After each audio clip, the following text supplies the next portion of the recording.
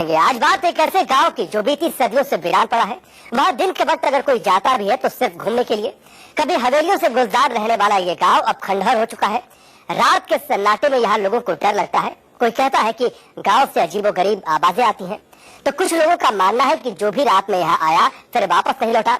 कहा जाता है एक श्राप के कारण 170 सालों से कुलधरा वीरान पड़ा है और रात को यहाँ भूत प्रेतों का डेरा रहता है। तो चलिए बतलाते हैं आपको अपने इस वीडियो में हॉन्टेड विलेज कुलधरा के बारे में। दोस्तों, हमारे देश भारत में कई शहर अपने दामन में कई रहस्यमयी घटनाओं को समेटे हुए हैं।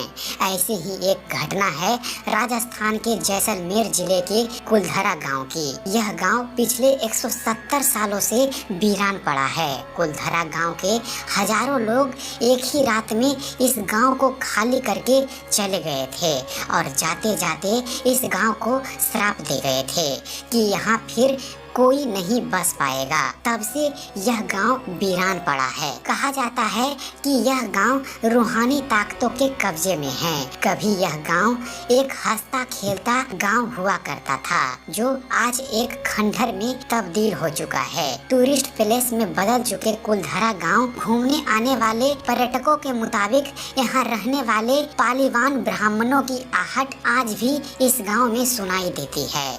उन्हें वहाँ हर पल ऐसा अनुभव होता है कि कोई आसपास चल रहा है। बाजार में चहल पहल की आवाजें आती है। महिलाओं के बात करने तथा उनकी चूड़ियों और पायलों की आवाज हमेशा ही वहाँ के माहौल को भयानक बनाती है। प्रशासन ने इस गांव की सरहद पर एक फाटक बनवा दिया है, जिसके पार दिन में तो सैलानी घूमने जाते हैं, लेकिन रात में इस फाटक को पार करने की कोई हिम्मत नहीं करता है। चलिए अब आपको कुछ जानकारी देते हैं वैज्ञानिकों के इस गांव पे किए गए शोध के अनुसार इस गांव के बारे में कुछ जानकारी और इस गांव में बसे पालीवाल ब्राह्मणों के बारे में कुछ जानकारी। कुलधरा जैसलमेर से लगभग 18 किलोमीटर की दूरी पर स्थित है। पालीवाल समुदाय के इस इलाके में 84 गाँव थे और यह गाँव भी उनमें से एक था। मेहनती और रहीस पालीवाल की कुलधार शाखा ने सन 1291 ईस्वी में तकरीबन 600 घरों वाले इस गांव को बसाया था। कुलधरा गांव पूर्ण रूप से वैज्ञानिक तौर पर बना हुआ था। ईंट पत्थर से बने इस गांव की बनावट ऐसी थी कि यहाँ कभी गर्मी का एहसास नहीं होता था। कहते हैं कि इस गांव में इस कोण में घर बनाए गए थे कि हवाएं सीधे घर के भीतर होकर गुजरती थी। कुलधरा गांव का ये घर रेगिस्तान में भी वातानुकूलन का एहसास देते थे। इस जगह गर्मियों में तापमान 45 डिग्री रहता था, पर आप यदि अब भी भरी गर्मी में इन वीरान पड़े मकानों में जाएंगे तो आपको शीतलता का अनुभव होगा। गांव के तमाम घर झरोखों के जरिए आपस में जुड़े हुए थे, इसलिए एक सिरे वाले घर से दूसरे सिरे तक अपनी बात आसानी से पहुंचाई जा सकती थी। घरों के भीतर पानी के कुंड, ताक और सीढ़ियां कमाल के थे। दोस्तों, पालीवाल ब्राह्मण होते हुए भी बहुत ही उद्यमी समुदाय था। अपनी बुद्धिमत्ता, अपने कौशल और अटूट परिश्रम के रहते पालीवालों ने धरती पर सोना उगाया था। हैरत की बात यह है कि पाली से कुलधरा आने के बाद पालीवालों ने रेगिस्तापनी सरजमी के बीचों बीच इस गांव को बसाते हुए खेती पर केंद्रित समाज की परिकल्पना की थी। रेगिस्तान में खेती परिपालों की समृद्धि का रहस्य था। जिप्सम की परत वाली जमीन को पहचानना और वहां पर बस जाना पालीवाल अपनी वैज्ञानिक सोच, प्रयोगों और आधुनिकता की वजह से उस समय में ही इतनी तरक्की कर पाए थे। पालीवाल समुदाय आम तौर पर खेती और मवेशी पालने पर निर्भर रहते थे और बड़ी शान से जिया करते थे। जिप्स आम की परत बारिश के पानी को जमीन में अवशोषित होने से रोकती और इसी पानी से से पालीवाल खेती करते और ऐसी वैसी खेती नहीं बल्कि जबरदस्त फसल पैदा करते। पालीवालों के जल प्रबंधन की इसी तकनीक ने थार रेगिस्तान को इंसानों और मवेशियों की आबादी या तादाद के हिसाब से दुनिया का सबसे सघन रेगिस्तान बनाया। पालीवालों ने ऐसी तकनीक विकसित की थी कि बारिश का पानी रेत में गुम नहीं होता था बल्कि एक खास गहराई पर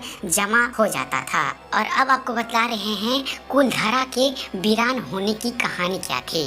दोस्तों, जो गांव इतना विकसित था तो फिर वह क्या वजह रही कि वो गांव रातों रात वीरान हो गया। इसकी वजह था गांव का अध्यास दीवान सालम सी, जिसकी गंदी नजर गांव की एक खूबसूरत लड़की पर पड़ गई थी। दीवान उस लड़की के पीछे इस कदर पागल था कि बस किसी तरह से उसे पा लेना चाहता था। उसने इसके लिए ब्राह्मणों पर दबाव बनाना शुरू कर दिया। हद तो तब हो गई जब सत्ता के मद में चूर उस दीवान ने लड़की के घर संदेश भिजवा डाला कि यदि अगले पूर्णमासी तक उसे लड़की नहीं मिली तो वह गांव पर हमला करके लड़की को वहां से उठा ले जाएगा। गांव वालों के लिए यह मुश्किल की घड़ी थी। उन्हें या तो गांव बचाना था या फिर अपनी बेटी को। इस विषय पर निर्णय लेने के लिए सभी 84 गांव वाले एक मंदिर में इकट्ठा हो गए और पंचायतों ने फैसला किया कि कुछ भी हो जाए अपनी लड़की को उस दीवान को नहीं देंगे। फिर क्या था, गांव वालों ने गांव खाली करने का निर्णय ले लिया और रातों रात सभी 84 गांव आंखों से ओझल हो गए। जाते जाते उन्होंने श्राप दिया कि आज के बाद इन घरों में कोई नहीं बस पाएगा। आज भी वहाँ की हालत वैसी ही है जैसी उस रात की थी जब लोग इसे छोड़कर गए थे। पालीवाल ब्राह्मणों के श्राप का असर आज भी यहाँ देखा जा सकता है। जैसलमेर के स्थानीय निवासियों के माने तो कुछ परिवारों ने इस जगह पर बसने की कोशिश भी की थी लेकिन वह सफल नहीं हो सके। स्थानीय लोगों का तो यहाँ तक कहना है कि कुछ परिवार तो ऐसे भी हैं जो वहाँ गए तो जरूर लेकिन लौटकर नहीं आए। उनका क्या हुआ, वे कहाँ गए, कोई नहीं जानता।